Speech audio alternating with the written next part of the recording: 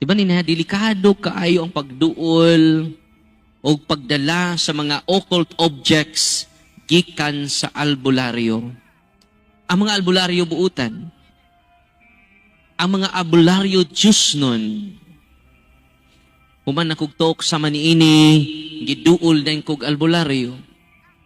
Ang iyangan si Nanay Elvera, taga Dawis, Bohol. Giingnan ko sa albularyo, Father Darwin. 2 years old pa ko dito sa pagkapari. Giingnan ko niya, judgmental ka nga pari.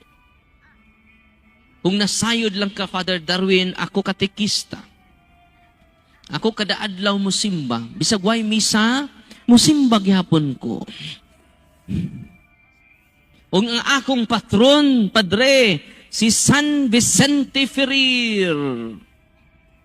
Og daghan kaayo nga niduol sa ako nga nangaayo.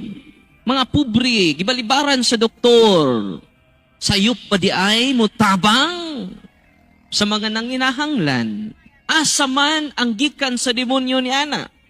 Active ko sa simbahan. Na ako'y kaugalingong debosyon. Asa man ang iyasyawa ana. Di ba? Very deceiving. Ako ginan si Nanay, Nanay, ang imong pagkakatikista, iya sa Diyos.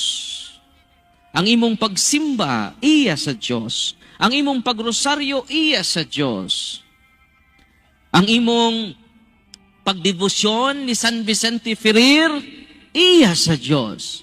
Pero yun na, palula, Nanay, kanus amang ka nagsugod sa pagpanambal. Kanus amang ka nagsugod sa pagkaalbularyo. Ito bagsi, Nanay Elvera, sadyang namatay si Lula. Nadili siya mamatay kung di mapasa.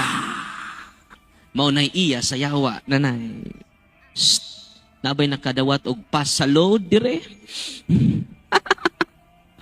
Nakadungog na siguro mo aning astorya, tinuod ka na. Og maunay iya sa yawa.